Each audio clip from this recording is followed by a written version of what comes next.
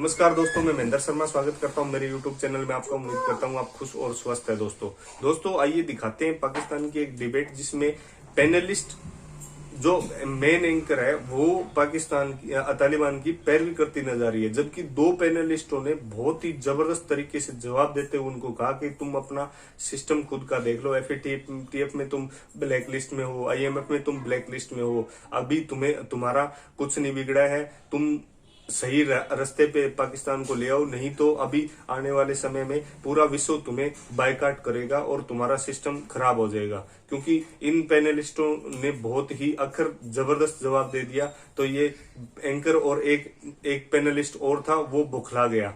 तो दोस्तों आइए दिखाते हैं आपको ये वीडियो। और उससे पहले दोस्तों मैं आपसे रिक्वेस्ट करूंगा, अगर आप मेरे चैनल पे नए हैं तो मेरे चैनल को लाइक, शेयर एंड सब्सक्राइब जरूर करें। दोस्तों जय हिंद, वंदे मातरम, भारत माता की जय। दोस्तों थ्रेटनिंग करारदादें और थ्रेटनिंग मैसेजेस और जो बॉडी लैंग्वेज भी है दुनिया की इस वक्त पाकिस्तान के लिए, वो थ्रेटनिंग है। आपके ख्याल में पाकिस्तान से वो चाहते क्या हैं? एक तो है ना कि हम क्या ऑफर करें, लेकिन वो क्या चाहते हैं, आपकी समझ में क्या आता है? पहली बात तो वो ये चाहते हैं कि हम 9/11 के बाद से उनके साथ खड़े हैं थे, तो हम उनके साथ खड़े रहें, हमें साइड चेंज क्यों करनी है। और अगर हम 9/11 के बाद से उनको हमने अड्डे दिए, उनके साथ हमने नॉन नेटो इत्तेहादी बने, हम जंग में था, हमने यहाँ से एम्बेसडर पकड़ के गुआंतानामो बे भेज दिया, हम उनके साथ 20 साल मिलकर तालिबान के खिलाफ लड़ते रहे, तो वन ओवरनाइट अगर हम कहेंगे नहीं नहीं हम तो तालिबान के साथ है, तो वो क्या कहेंगे? अगर मतलब उनको क्या कहना चाहिए कि जी आपने बहुत अच्छा किया, हमारा साथ छोड़ दिया है, आप 20 साल हमारे साथ खड़े रहे, बहुत अच्छा किया, और अब आपने यकदम तालिबान का साथ देना शुरू कर दिया है, आप बहुत अच्छा कर रहे हैं, बहुत दुरुस्त कर रहे हैं। क्या कहें वो आपको इसके जवाब में? 20 साल हमने पैसे कम लिए, ज्यादा लिए तो सही ना। अब वो बार्गेन करने वाले मुशर्रफ की बात थी, उस हुकूमत की बात थी 9/11 के बाद कि वो एक टेलीफोन पर ढेर हो गई और कोई वजीर आजम 5 टेलीफोन पर ढेर नहीं हुआ, और कोई जो चीफ मार्शल एडमिनिस्ट्रेटर है वो एक फोन पर ढेर हो गया। ये तो माजी की बातें हैं ना, और उसने कोई डील नहीं की, उसने कोई बात नहीं की, हमारा कितने बिलियंस का लेकिन नुकसान हो गया। अब क्या है, अब क्या है? अब ये है कि आप सजा मिलेगी। मैं तो देख रहा हूं दुनिया की जो टोन है, अगर पाकिस्तान ने अपनी फॉरेन पॉलिसी चेंज ना की, प्राइम मिनिस्टर ने अपनी टोन चेंज ना की, तो मेरे ख्याल में दुनिया अफगानिस्तान पर तो सैंक्शन लगाए या ना लगाए, पाकिस्तान पर जरूर लगा देगी। हम फैटफ में पहले फंसे हुए हैं, जीएसपी प्लस खत्म कर देंगे, वो ट्रेड डेफिसिट पहले हमारा बढ़ रहा है, जो एक्सपोर्ट थोड़ी सी बढ़ी है वो उसको कंटेल कर देंगे वापस, और इस तरह हमारे लिए मसाइल पैदा करेंगे आईएमएफ से। मैं जरा नजीम साहब से पूछ लूं। नजीम साहब, ये उनको खदशात हैं, और जाहिर है ये जेन्युइन खदशात हैं, क्योंकि माजी में हम भुगत चुके हैं बहुत कुछ इस तरह की पॉलिसियों से, जिनको अब हम डील कहते हैं। वो माजी की तरफ इशारा करें, हमें पता ही नहीं है, हम आज भी सवाल लेके खड़े हैं कि भी किसने क्या किया था। एनीवेज, अब आपके ख्याल में क्या है? बड़ा अच्छा प्रोग्राम चल रहा है तंजीला आपका। देखिए, ये फैटफ और जीएसपी प्लस और ये जो न्यूजीलैंड की टीम वगैरह है ना, इसमें जरा थोड़ा सा टाइमिंग का देख लेते हैं। जीएसपी प्लस आज से तकरीबन 2 महीने पहले इसी यूरोपियन यूनियन की एक इम्पॉर्टेंट हिस्से ने फैसला किया कि जी हम इसको जीएसपी प्लस से निकाल रहे हैं, और उसके बाद से हमारी निगोशिएशन जारी है। फैटफ को तो बहुत वक्त हो चुका है, और 15 अगस्त के बाद ये सारी सूरत हाल है, तो टाइमिंग थोड़े से देखने हैं। लेकिन ये बात ठीक है कि आपने तालिबान वहाँ पे आए हैं और अमेरिका की मर्जी उसमें शामिल नहीं है। तालिबान जो कर रहे हैं उसमें अमेरिका की मर्जी शामिल नहीं है। अब आपको चाहिए सारा कुछ अमेरिका से, चाहिए आपको यूके से, चाहिए आपको यूरोपियन यूनियन से, और आप उन्हीं की बातें नहीं मान रहे, तो ये एक खास किस्म की रिगमरोल है। और इसमें जल्दी मुझे समझ नहीं आ रही किस चीज़ की है। मुझे ये समझ नहीं आ रही कि हम लोग इतनी जल्दी में क्यों हैं। हम नहीं हैं, ये एक वजीर खारजा आए, दूसरे आए, तीसरे आए, नहीं, हम लोग वो तो अपना वो तंजीला ऐसे होता है, वो ऐसे होता है कि हर मुल्क का जो वजीर खारजा यहाँ पे फर्ज करें यूके से आए, तो उन्होंने आपको अपने बताने टॉकिंग पॉइंट्स उन्होंने बताने जी कि हमारे ख्याल में आपको ये करना चाहिए। अगर किसी वजीर खारजा से शाह महमूद कुरैशी की बात होती है तो वो बताएंगे जी हमारे ख्याल में अफगानिस्तान का हल आपको इस तरह करना चाहिए। ये निगोशिएशंस नॉर्मल हैं। 9/11 के बाद अगर आपको याद हो तो एक स्पेट ऑफ फॉरेन मिनिस्टर्स आए थे। हमने कभी किसी को बताया कि आपको ये करना चाहिए? ये देखिए, ये मुझे सवाल एक दफा पहले भी किसी ने किया था और मैंने कहा था जी कि किसी ने कहा जी कि ईरान में जब आया था रेवोल्यूशन तो उस वक्त उनसे कहा गया था कि इंक्लूसिव गवर्नमेंट में। देखिए, अगर आप ईरान की मिसाल देते हैं तो अफगानिस्तान को पहले ईरान बनाइए।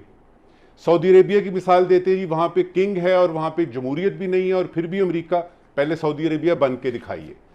मेरा पाकिस्तान जो है इस वक्त इस कंडीशन में नहीं है और मैं आपको ये बड़े वसूख से और बड़े तयक्कुन से कह रहा हूं, मेरा पाकिस्तान इस वक्त अपने जाती जो अपने अंदरूनी मसाइल हैं, बैरूनी चैलेंजेस हैं, वो इसका मुतहम्मिल नहीं है कि इस वक्त जबकि वेस्ट आपसे ये चाह रहा है कि तालिबान के साथ ये करें और अफगानिस्तान के साथ ये करें, तो हम जरा अपनी औकात बिसात से बाहर निकल के बात करें। प्लीज नोट कीजिएगा कि आपके अपने इकोनॉमिक इंडिकेटर्स कैसे हैं। ये जो फैटफ और ये जीएसपी प्लस तो बहुत दूर की बात है। आपको जो आईएमएफ के मसाइल हैं, आपका जो सर्कुलर डेट है, आपकी महंगाई वगैरह, ये ज्यादा बुनियादी मसाइल हैं। हाँ, एक और बात मसला भी है कि अभी जो टेररिज्म का वो है वो भी सर उठाने वो तो आएगा। देखें, जब आप दरिया में छलांग लगाएंगे तो गीले तो होंगे आप ये चाहते हैं दरिया में छलांग भी लगाई जाए और खुश्कम खुश्क आप जो है ना दूसरे किनारे तक। तालिबान को पाकिस्तान के बयानात मुदाखलत की तरह लग रहे हैं या वो मुदाखलत समझ सकते हैं, अगर मैं अल्फाज का चुनाव इस तरह से करूं, आप इसको कैसे देखते हैं? नहीं, मुदाखलत नहीं है ये तो। जब उन्होंने एग्रीमेंट वगैरह किया तो बाहर सूरत एक अंडरस्टैंडिंग थी कि जी वो सिटिंग गवर्नमेंट जो है अशरफ गनी की, उससे मत एक इंटरिम गवर्नमेंट बनेगी, फिर मुज़ाकरात की बुनियाद पे आप हल निकालेंगे और परमानेंट बनेंगे। उसमें को के हल नहीं दिया हुआ था, वो इन्होंने खुद ही मुज़ाकरात से निकालना था। अब वो मुज़ाकरात तो हो नहीं रहे। इसी तरह हम ये देख रहे हैं कि अगर यही हालत रही तो सबसे पहले तो इंसानी अलमिया बनेगा अफगानिस्तान में, जिसका इम्पैक्ट आएगा पाकिस्तान पे। यहाँ से चीजें स्मगल होनी शुरू हो जाएंगी, राशन स्मगल होगा। दूसरी तरफ ये है कि खुद अफगानिस्तान के अंदर जब हुकूमत तनख्वाहें नहीं देगी, इकोनॉमी ठीक नहीं होगी, तो वहां फसाद होगा। आप देखिए 3-3.5 लाख की इनकी फौज थी और इसी तरह इनकी पुलिस और दूसरे मिला मिलू के कुछ 6 लाख के करीब लोग बनते हैं इंटेलिजेंस वगैरह के, जिनको तनख्वाहें नहीं मिल रही। वो अमेरिका दिया करता था, अमेरिका चला गया। अब आप सोचें कि वो फारिग फिर रहे हैं तो लाजमन वो किसी न किसी और काम पे लगेंगे, या नार्कोटिक्स पे लग जाएंगे, या फिर यह है कि वेपन वगैरह ये गन रनिंग शुरू हो जाएगी, बेचते फिरेंगे, क्योंकि उनके पास असला तो मौजूद है पर्सनल। तो ये इतना आसान नहीं, बड़ा सीरियस किस्म का मसला है कि अफगानियों के लिए अपने लिए भी कि वहां पे स्टेबिलिटी उनके लिए आए, बाकी दुनिया के लिए भी कि वहां पावर सेंटर न बने जहां से टेररिज्म जो हमारी गुडविल है ये कहीं पे मलाइन होती हुई नजर आती है ना। अमेरिका तो सारा का सारा मलबा हम पे डालने की कोशिश कर रहा है।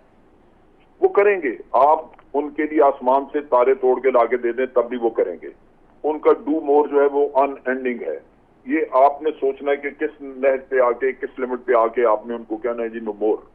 ये इसमें कभी अमेरिका ने भी कोई सफारती आदाब का ख्याल नहीं रखा। वो काम एक निकल जाए तो अगला आपके सामने रख देगा, अगला निकल जाए तो दूसरा कर दे, फिर तीसरा रख देगा। इसलिए हमें अपने तौर पे देखना है कि हम क्या कर सकते हैं।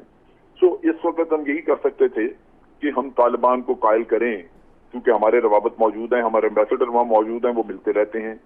उनको कायल करें कि देखें जो ऑल इंक्लूसिव गवर्नमेंट की बात दुनिया कर रही है वो आपकी लेजिटिमेसी के लिए कर रही है, और उसमें आपको एक रिप्रेजेंटेटिव गवर्नमेंट बनानी होगी जो सब कम्युनिटीज को रिप्रेजेंट करे। ठीक है, जो हम तवक्को करते हैं सरदार साहब, वो लगता है कि हम तालिबान से ज्यादा तवक्को कर रहे हैं और उसी हिसाब से दुनिया हमसे भी बहुत तवक्को कर रही है, लेकिन ग्राउंड रियलिटीज कुछ मुख्तलिफ भी रिपोर्ट की जा रही हैं कि शायद तालिबान अब आपकी उतनी बात नहीं सुनते जितने माजी में सुनते थे। आप इससे एग्री करते हैं?